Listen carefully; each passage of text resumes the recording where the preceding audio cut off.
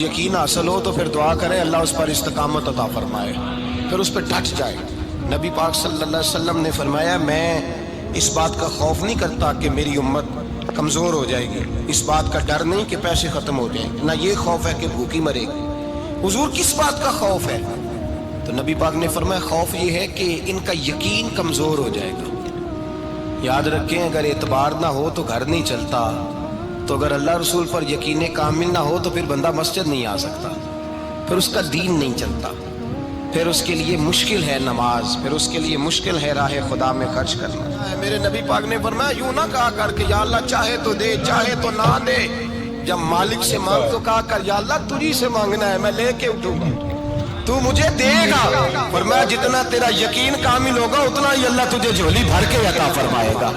کمزور سا مسلمان، لڑکھڑاتا سا مسلمان دیکھتا ہوں کرتا ہوں، اور یہ بھی نہ دیکھا کریں بھائی ایمان یقین کو استقامت کے درجے پہ لیں، یہ نہ دیکھا کریں کہ وہ کیسے دے گا، وہ کسی وسیلے کا محتاج نہیں ہے، وسیلے کو پسند کرتا ہے، پر وسیلے کا محتاج وہ بغیر وسیلے کے بھی دے دیتا ہے۔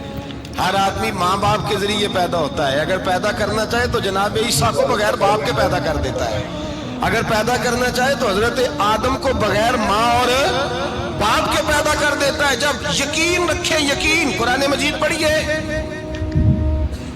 حضرت موسیٰ علیہ السلام فرعون کے دربار میں کھڑے ہیں، چاروں جانب دشمن ہی دشمن ہے، جادوگر آ گئے، انہوں نے سانپ چھوڑے، حضرت موسیٰ کے ہاتھ میں ڈنڈا تھا، حضرت موسیٰ کہتے ہیں یا اللہ کیا کروں؟ تو اللہ تعالیٰ نے فرمایا اپنا عصا پھینک دو۔ کہنا چاہیے تھا نا کہ یا اللہ ایک ہی تو شے ہے، اتنے سانپ ہے، بچانے کے لیے ڈنڈا ہے وہ پھینک دوں؟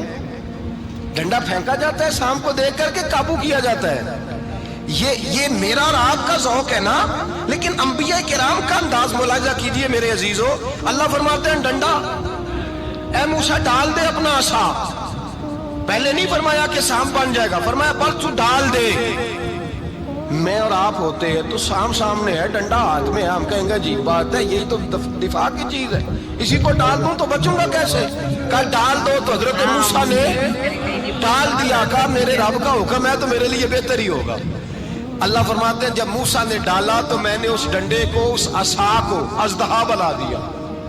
اب کبھی عصا بھی اژدہا بنے، کبھی چھڑی بھی بہت بڑا اژدہا بنی ہے، لیکن قرآن کہتا ہے جناب موسیٰ نے ڈالا تو اللہ نے اژدہا، بلکہ اس سے پیچھے چلیے، عورتیں کمزور یقین کی ہوتی ہیں نا، جناب موسیٰ پیدا ہوئے تو اللہ فرماتے ہیں میں نے موسیٰ کی ماں کے دل میں بات ڈالی، ماں کے دل میں صندوق میں ڈال کے تب اس کو دریا میں بہا دے۔ اور بھائی صندوق میں کہہ سکتے ہیں نا آکسیجن کیسے جائے گی، اور دریا میں بچے بچنے کے لیے ڈالے جاتے ہیں کہ ڈوبنے کے لیے ڈالے جاتے ہیں؟ ماں کے دل میں یقین کمزور نہیں تھا ماں کا۔ انبیاء کے ماں باپ موحد ہوتے ہیں، دین کو ماننے والے، ماں کے دل میں اللہ نے باپ، اللہ قرآن میں کہتے میں نے وحی کی، میں نے القاء کیا، میں نے بات ڈالی۔ حضرت موسیٰ کی ماں کہتی ہے میں نے ڈال کے نا سمندر میں بیٹا، میں نے سمندر میں بیٹا ڈال کے صندوق میں بند کر کے رب کے حوالے کیا۔ آپ فرماتے ہیں میرے مالک کا بھروسہ کیا تو پھر میرے مالک کا کام دیکھو، کمال دیکھو، میں نے دریا میں ڈالا، اللہ نے فرعون کے گھر میں میرے بیٹے کی پرورش کرا دی۔ یہ یقین کہ حضرت موسیٰ کے پاس قوم آئی، قرآن پڑھیے، کہا جناب پانی چاہیے، وَإِذِ اسْتَسْقَىٰ مُوسَىٰ لِقَوْمِهِ، موسیٰ نے اپنی قوم کے لیے پانی مانگا، ہم نے کہا فَانْفَجَرَتْ مِنْهُ اثْنَتَا عَشَرَةَ عَيْنًا، اپنا ڈنڈا پتھر پہ مارو۔ عقل والا آدمی ہوتا تو اڑ جاتا، کہتا یا اللہ پتھروں سے بھی کبھی پانی نکلا ہے؟ اضرب بعصاک الحجر، مارو پتھر پہ ڈنڈا۔ اللہ کے نبی نے منٹ نہیں لگایا، ٹھا کر کے ڈنڈا لگایا، فَانْفَجَرَتْ مِنْهُ اثْنَتَا عَشَرَةَ عَيْنًا۔ اللہ فرماتے ہیں جناب موسیٰ نے ایک عصا مارا، میں نے 12 چشمے جاری کر دیے۔ تو لے تو اللہ کرتا ہے، اللہ کہتا ہے پڑھ نماز روزی دوں گا، کہتا ہے سوچتا ہوں۔ اللہ فرماتے ہیں آجا مسجد میں تیرا ہو جاؤں گا، کہتا ہے دیکھتا ہوں۔ رب فرماتا ہے تو میرے محبوب کی غلامی کر، میں تجھے محبوب بنا لوں گا۔ تو کہتا ہے تھوڑا بڑا ہو کے داڑھی رکھنی ہے، ابھی سیانا ہو کے میں ذرا سرٹیفکیٹ لے لوں، ذرا حصے کے کتنے سالوں کے بعد آئے گی، پھر شروع کروں گا۔ پروگرام بنا رہا ہے، ابھی تو ارادے میں ہے، اللہ کے پیغمبر کا ڈنڈا، اور اس سے زیادہ آگے بات ہو گئی، پیچھے فوج لگی ہوئی ہے فرعون کی، مجمع ہے، ہزاروں لاکھوں کا لشکر لے کے، تلواریں نیزے، فرعون پیچھے، آگے دریا آ گیا۔ حضرت موسیٰ علیہ السلام کھڑے ہیں، اب کدھر جائیں؟ اللہ پاک نے فرمایا مارو ڈنڈا۔ کہاں؟ پانی پہ ڈنڈا مارو۔ اب حضرت موسیٰ علیہ السلام پانی پہ ڈنڈا مارے تو پانی ابھرے گا، اس سے زیادہ کیا ہوگا؟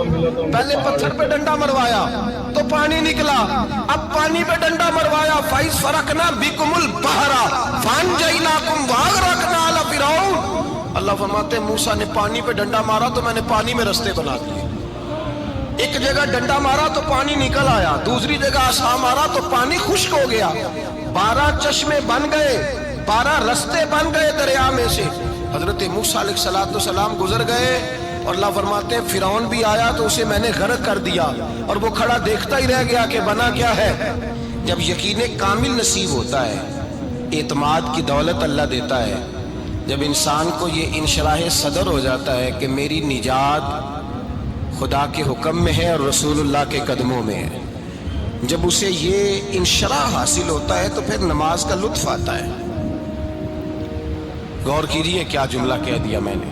پھر اسے نماز کا پھر اسے نماز بوجھ نہیں، بلکہ نماز نہ پڑھے تو اس پر بوجھ ہوتا ہے۔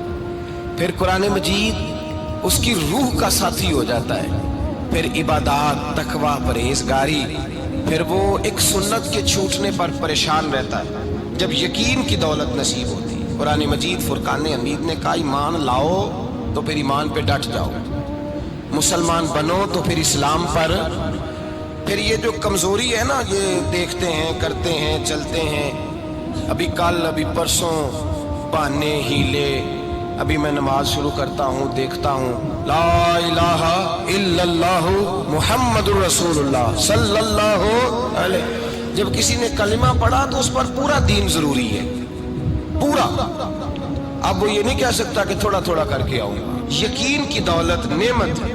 اللہ پاک قرآن مجید میں فرماتے ہیں ان الذین قالوا ربنا اللہ ثم استقاموا، جنہوں نے کہا کہ اللہ ہمارا رب ہے اور پھر وہ اس پر ڈٹ گئے، پھر اس پر وہ کہا تو ڈٹ گئے، کھڑے ہو گئے، نہیں اللہ ہی رب ہے، اللہ ہی دینے والا، اللہ ہی مالک، اللہ ہی ہمارا رازق ہے، رب ہی ہمارا سب کچھ۔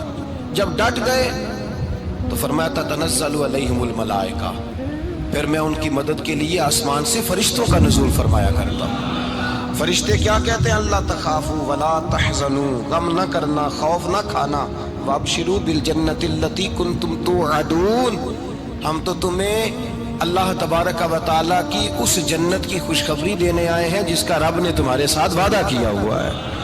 پھر فرشتوں کا نزول ہوتا ہے، لیکن شرط کیا ہے کہ ایمان لائے، اور پھر ایمان پر پھر یہ نہ سوچے کہ وہ کس طرح دے گا، وہ کیسے عطا کرے گا، وہ میری مدد کس طرح کرے گا، نظام کیسے چلے۔ ڈٹ جائے، کہے میرے اللہ کا حکم ہے تو میں نے حلال ہی کھانا ہے، میرے رب کا حکم ہے تو میں نے تھوڑے پہ ہی گزارا کرنا ہے، میرے مالک کا حکم ہے تو میں نے اپنی جیب دیکھنی یا دوسرے کی نہیں دیکھنی، میرے رب کا حکم ہے تو میں نے اس کی اطاعت میں رہنا۔ جب ڈٹ جائے گا اللہ کے احکامات پر، جب ڈٹ جائے گا تو اللہ فرماتا ہے پھر میں تیری مدد کے لیے فرشتوں کا نزول کروں گا۔ نبی پاک صلی اللہ علیہ وسلم نے فرمایا 2 دولتیں اگر کسی کو اللہ دے دے تو سمجھے اللہ نے اسے دنیا کی سب سے زیادہ دولت عطا فرما دی۔ یا رسول اللہ وہ کون کون سی چیزیں ہیں؟ فرمایا ایک جس شخص کو اللہ نے معاف کرنے کی دولت عطا کر دی، جو معاف کرنے لگ گیا، جس کی طبیعت میں درگزر آ گیا، جو معاف کرنے لگا، غلطیاں معاف کرنے لگا، جس کو ایک دولت یہ مل گئی۔ اور دوسرا میرے مصطفیٰ نے فرمایا جسے اللہ نے یقین کی دولت عطا فرما دی، جس کو یہ 2 دولتیں مل جائیں، ایک درگزر کرنا، دوسرا رب رسول پہ یقین کامل رکھنا، اسے کائنات کی ہر شے مل گئی۔ میرے نبی پاک نے فرمایا جب بھی دعا مانگو خدا سے یہ 2 نعمتیں مانگا کرو، عرض کیا کرو اے اللہ درگزر کی دولت عطا فرما، اے اللہ تو ہمیں یقین کی دولت عطا فرما، ایمان کی قوت اور پختگی نصیب فرما۔ میرے بھائی حضور نے فرمایا مانگ کے لو۔ کمزور ایمان والا شخص کسی کام کا نہیں ہوتا۔ جس آدمی کے ذہن میں شک کا بیج ایک دفعہ جنم لیتا ہے وہ آدمی تو غلام سے بدتر ہے۔ بے کیف سجدہ، روٹھی روٹھی سی عبادت، اس کی زندگی کیفیات سے خالی ہے۔ جس شخص کو پتہ چل جائے نا لوگ میرے مخالف ہیں، اس کا تو سجن رہتا ہی کوئی نہیں۔ اصل بات یہ ہوتی ہے کہ یہاں سوچ بیٹھا ہے کہ دنیا میرے خلاف ہے، یہاں مخالفت یہاں بیٹھ گئی ہے، دو بندے باتیں کر رہے ہیں تو پریشان ہے، میرے خلاف ہی لگے ہوئے ہیں، میری ہی بات ہو رہی ہے، کیونکہ اصل تکلیف کہاں ہے؟ اور اگر یہاں یقین کامل ہو گیا نا کہ سارے مجھ سے پیار ہی کرتے ہیں، تو پھر دو بندوں کو بات کرتا دیکھیں